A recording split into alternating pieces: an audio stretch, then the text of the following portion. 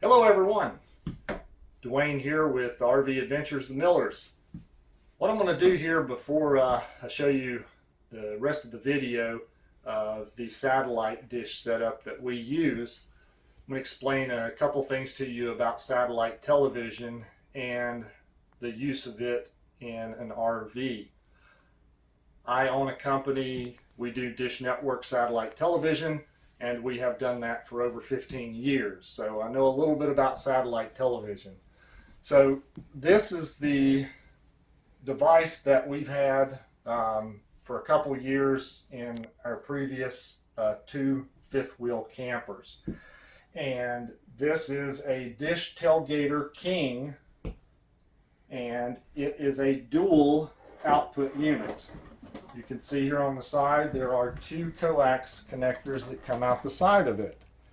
All of the literature on this device tells you that it will run two receivers. That is correct, but it's also misleading. This device here can only tune to one of the three satellite positions needed at any given time to watch television on your satellite dish receiver. In all satellite situations, the channels can be located on different satellite locations. If someone is watching the master receiver on a channel that is associated and broadcast off of the 119 satellite position, that means that the secondary receiver off of this device can only watch channels that are on that 119 satellite. You can't watch anything on the 129 or the 110. Now, if the master receiver changes channels and it causes this device to go to a different satellite, let's say it moves from the 119 to the 129, when that happens, the secondary receiver, say in the bedroom, loses its signal because it's no longer on the 119 location. The only way that you can watch TV now on that secondary receiver is you have to go into the receiver's menu and do a satellite scan on that secondary receiver now. That takes about 20 minutes to happen. So we found this device here to be very awkward and not very user-friendly when you have more than one television in your rig. It just, I don't know about anybody else, but, my granddaughter's watching SpongeBob out here in the living room, and she's watching it on the 119 satellite, and I go in the bedroom and I have to scan the box in there to get it onto the 119, and I'm watching another channel, say A&E, and she decides she's going to change a channel out here, and she flips to a channel that's on the 129. The master receiver tells this device to switch. It never tells the other box what to do. You have to do that yourself. So now I lose what I'm watching in the bedroom, and I have to rescan to find the 129 satellite for that receiver. Then I can start watching channels on the 129. If the person on the master box changes channels again and it flips to the 110, now I'm out of service again in the bedroom, because this is not a user-friendly device for watching television in two different locations. So in the rest of the video that we have, we talk about and show you how we use a residential receiver mounted on a tripod, which can natively feed the three receivers that we have in our fifth wheel. Our Forest River Saber 38 dBQ has three stationary TV locations, and it has one location that you could set a TV outside. But if I did that, then I'd just take one of the receivers from inside and stick it outside.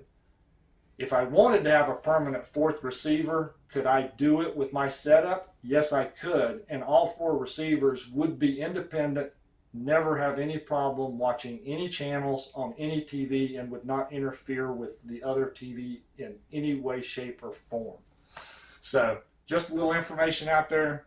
because a lot of the rigs now, especially if you're getting fifth wheel toy haulers and big fifth wheels, this is 43 feet long, bunkhouse, 3 televisions. Different people are staying in different areas and watching TV at night when they're through doing their daytime things, and there's got to be a better solution than this baby right here to make everybody happy watching TV when there's multiple TVs.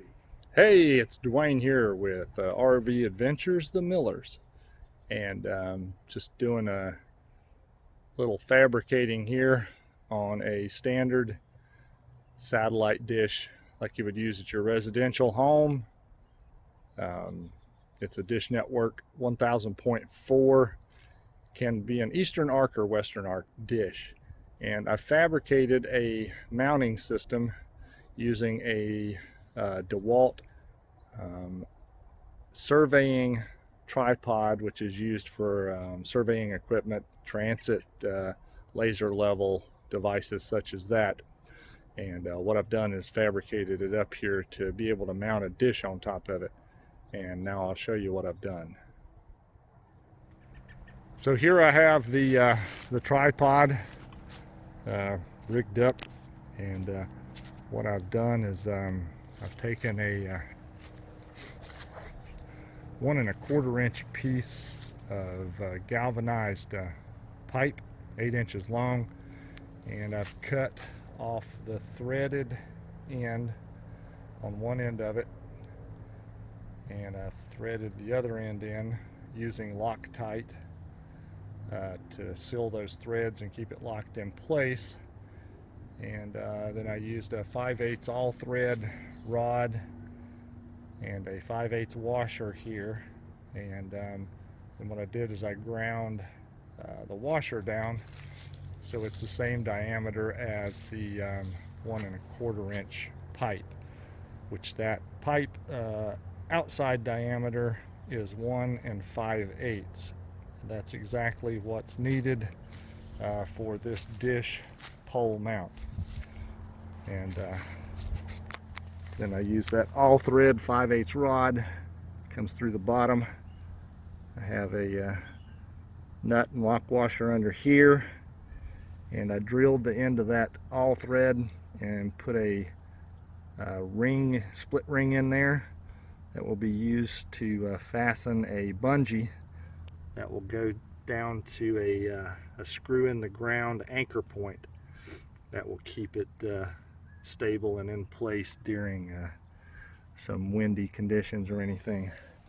The one thing that's pretty nice about this is it has this bubble level already mounted in the mounting plate of the tripod itself. So it's very easy to pull this thing out of your rig, pop it down, and get it leveled up. If you needed it to be higher, it does have adjustable legs. If you had to have one leg really out because you're on a hillside, you could do that, because all 3 of these legs are independently adjustable, basically infinity. There's no incremental measurement to it. You can lock it down wherever you need to get this level.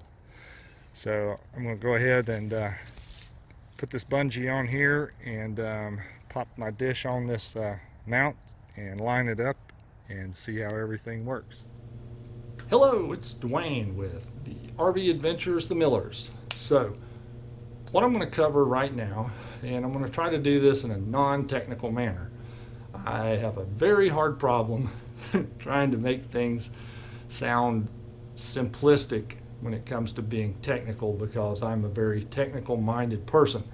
What I'm going to try to explain is the use of a residential style satellite dish for your mobility use in your RV lifestyle.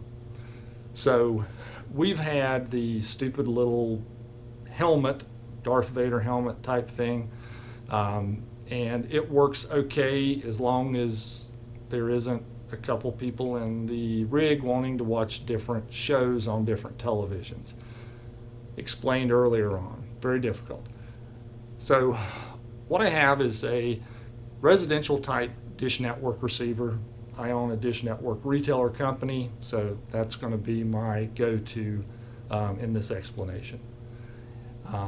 So you can carry this with the tripod and a residential dish, and there's some apps that you can download for free on your phone, Android or Apple, that will allow you to do a sat finder and plug in the sat location. This example, let's say the 119 Dish Network satellite.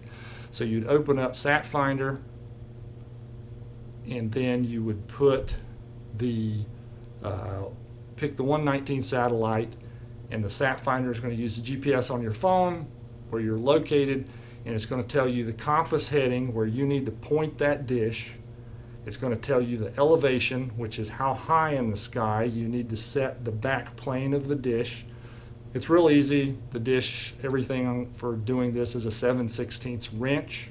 So there's only about 4 to 5 bolts that you need to adjust to get your satellite heading and your elevation. There's a third setting that you have to change, which is called skew. That's the elliptical dish rotates on this mount. So there's markings on there for you to change the skew. So the skew may tell you you need to be at 72. So you would loosen 4 bolts, turn the skew to 72, lock it back down. That allows the dish to tune 3 satellite positions across the arc of the Earth. So with that being said, there's the app Sat Finder, which helps you do that. Then there is a $30 sat meter that you can buy off of Amazon, shown here. And it has a Bluetooth capability, so you download the app for that. Then you tune those two together, and you use that to fine-tune your dish. Typically, if you have the elevation correct and you're pointing the dish correctly into the southern sky, and you have your skew set correctly, it is very easy to get a quality enough signal to run for a camping outing. You don't necessarily need to get that dish tuned as good as you would on your house. So camping, you could get it tuned up perfect enough for that to work while you're there. So hope this helps everybody out. Any questions, feel free to shoot them over, and I'll answer the best I can. If I can't answer the question right away, I will get you the answer. Thanks for watching. So here now I have my Dish Network 1000.4 HD dish mounted on my tripod, and everything is good and stable. Good enough. This is going to get you through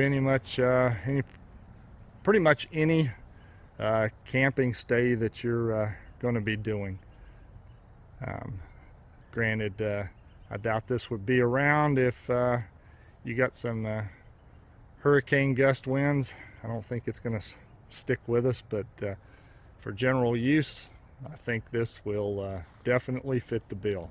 Thanks for watching.